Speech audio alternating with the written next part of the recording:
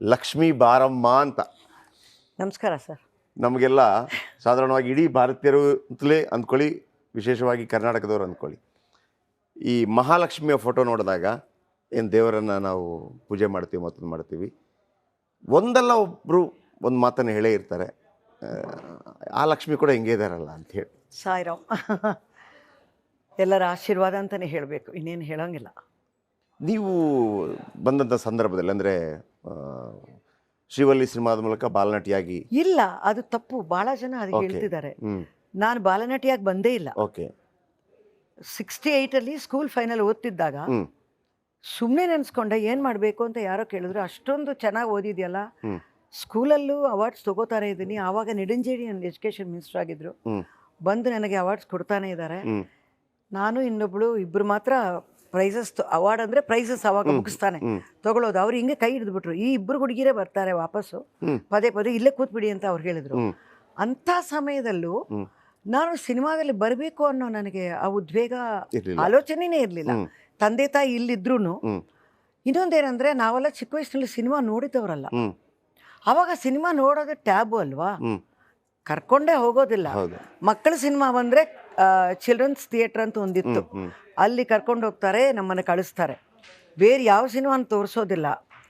ಒಂಚೂರು ಲವ್ ಅನ್ನೋ ಮಾತು ಹೇಳಿದ್ರೇ ಇದೆಲ್ಲ ಮಾತಾಡ್ತೀಯಾ ಅಂತಾರೆ. ಯಾವ ವಯಸ್ಸಿನಲ್ಲಿ? 14-15. ಆಗಿನ ಕಾಲ, I am talking about that. ಅಂಥದ್ರಲ್ಲಿ ಸಿನಿಮಾ ಆಲೋಚನೆ ಇರಲಿಲ್ಲ. ಸಡನ್ನಾಗಿ ಇದೆಲ್ಲ ಈ ಪ್ರೈಸಸ್ ಎಲ್ಲ ತೊಗೊಂಡೆ, ಎಲ್ಲ ಆಯಿತು. ಕೂತ್ಕೊಂಡು ಏನೋ ಮಾತಾಡ್ತಿದ್ದೆ ನನ್ನ ಫ್ರೆಂಡ್ಸ್ ಜೊತೆಗೆ. ನಾನು ಲಾ ಪರ್ಸ್ವೇಡ್ ಮಾಡಬೇಕು ಅಂತ ನಾನು ಇಂಟ್ರೆಸ್ಟ್ ಇತ್ತು. ನಾನು ಮನೆಯಲ್ಲೂ ಹೇಳಿದೆ, ನಾನು ಲಾಯರ್ ಆಗ್ತೀನಿ, ಇಲ್ಲ ಪೊಲೀಸ್ ಆಗ್ತೀನಿ ಅಂದರೆ. ನನಗೆ ಆ ಯೂನಿಫಾರ್ಮ್ ಮೇಲೆ ಅಷ್ಟೊಂದು ಅಟ್ರಾಕ್ಷನ್ ಇದೆ. ನಾನು ಖಂಡಿತ ಪೊಲೀಸ್ ಆಗ್ತೀನಿ ಅಂತ. ಹೆಣ್ಮಗು ಪೊಲೀಸ್ ಆಗ್ತೀಯಾ? ಇದು ಜನರಲಿ ಆ ಕಮ್ಯುನಿಟಿ ಬೇರೆ ಅಂಥದ್ದು, ನಾವು ಬಂದಿದ್ದ ಕಮ್ಯುನಿಟಿ ಬೈಯೋದು. ಲಾಯರ್ ಬೇಕಾದರೆ ಆಲೋಚನೆ ಮಾಡ್ಬೋದು, ಲಾ ಓದ್ಬಿಟ್ಟು ಏನು ಮಾಡ್ತೀಯ ಅಂದರೆ ಅಲ್ಟಿಮೇಟ್ ಏನು ಗೊತ್ತಾ ಅವ್ರಿಗೆಲ್ಲನೂ, ನೀನು ಇದಾದ ಮೇಲೆ ಏನು ಮಾಡ್ತೀಯ? ಮದುವೆ ತಾನೇ ಮಾಡ್ಕೋಬೇಕು. ಈ ಮದುವೆ ಮಾಡ್ಕೊಳ್ಳೋದು ಅಂತ ಒಂದೇ ಅಲ್ಟಿಮೇಟ್, ಅದು ಬಿಟ್ಟರೆ ಬೇರೆ ಯಾವುದೂ ಇಲ್ಲ ಹೆಣ್ಮಗುಗೆ. ಇಂಥದ್ರಲ್ಲಿ ನಾನು ಯಾವುದು ಯೋಚನೆ ಮಾಡಿದೆ ಅಂತ ಗೊತ್ತಿಲ್ಲ. I am going to act in movies ಅಂತ ಹೇಳಿಬಿಟ್ಟೆ. ಸ್ಕೂಲ್ ಡ್ರಾಮಾದಲ್ಲೂ ಒಂದ್ಸಲ ಇದಕ್ಕೆ ಆ್ಯಕ್ಟಿಂಗೇ ಬರ್ತಾ ಇಲ್ಲ ಅಂದ್ಬಿಟ್ಟು ಡ್ಯಾನ್ಸಿಗೆ ತೊಗೊಂಡವರು. 2-3 ಡ್ರಾಮಾದಲ್ಲೂ ಇವಳಿಗೆ ಅಳೋಗೆ ಬರ್ತಾ ಇಲ್ಲ, ಇವಳು ಏನು ಹಿಂಗೆ ಅಳ್ತಾಳೆ, ಹೇಗೆ ಅಳಬೇಕು ಅಂತ ಕೇಳೋಳು ನಾನು. ಅಂಥದ್ರಲ್ಲಿ ನನಗೆ ಸಿಕ್ಕಿರೋ ಪಾತ್ರೆಗಳೆಲ್ಲ ನೋಡಿ, ಅಂಥ ಪಾತ್ರ ಎಲ್ಲನೂ ಅಳೋ ಪಾತ್ರಗಳು.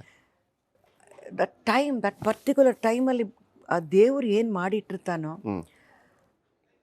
ಅವನು ಹಾಕಿರೋ ಬೀಜ ನಾವು, ಅವನ ಕೈ ಬೊಂಬೆಗಳು ನಾವು, ಅವನ ನಾವು, ಆರ್ಟಿಫಿಷಿಯಲ್ ಇಂಟೆಲಿಜೆನ್ಸ್ ನಾವು, ಅವಂದೇ ಅಲ್ಲ. ನಿಮ್ಮ ಈಗ ಮನೆಯಲ್ಲೂ ಕೂಡ ಪೊಲೀಸ್ ಆಫೀಸರ್ ಅಂತ ಹೇಳುವಾಗಲೇ ಏನು ಮಾಡ್ತೀಯ ಪೊಲೀಸ್ ಆಫೀಸರ್ ಆಗಿಂದ, ಅದಾದ ನಂತರ ನಿಮ್ಮದು ಬಂದ ಸಿನಿಮಾ ಚಟ್ಟಕ್ಕಾರಿ ಮಲಯಾಳಂನಲ್ಲಿ, ಆ ನಂತರ ಜೂಲಿ, ಆ ನಂತರ ಅದು ಎಲ್ಲ ಭಾಷೆಗಳಲ್ಲಾಯಿತು, ಇತ್ತೀಚೆಗೆ ಅದು ರಿಮೇಕ್ ಕೂಡ ಆಯಿತು.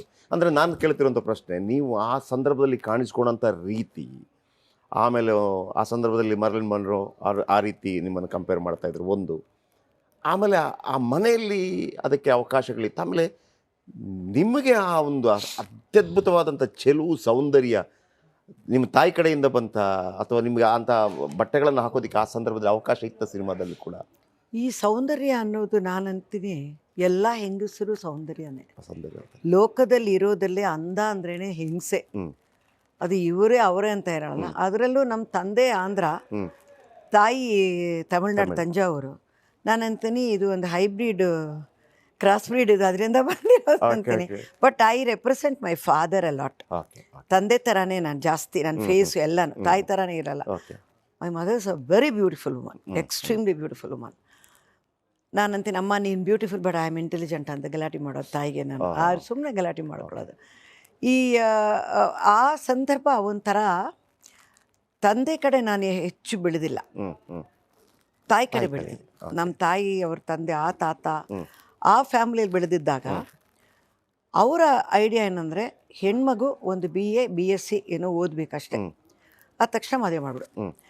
ಇಲ್ಲಾಂದರೆ ನೀನು CA ಓದ್ತೀನಿ ಅಂದರೆ ಇನ್ನೊಂದು ಸೀನಿಯರ್ ಆಡಿಟ್ರ್ ಸಿಕ್ಕಿದ್ರೆ ಮದುವೆ ಮಾಡಿಸ್ಬಿಡು. ಇದು ಒಂದು ಮದುವೆ ಮಾಡೋದು ಒಂದೇ ಅಲ್ಟಿಮೇಟ್ ಆಗಿತ್ತು. ಅದಕ್ಕೆ ನಾನು ಅಯ್ಯಯ್ಯೋ ನಮ್ಮನ್ನು ಕಳಿಸ್ಬಿಡ್ತಾರೆ ಮದುವೆ ಅಂತ ಒಂದು ಮಾಡಿ ಅಂತ ಆಗಲಿ ಸ್ವಲ್ಪ ರೆಬಲಿಶ್ ಆಗಿದ್ದೆ.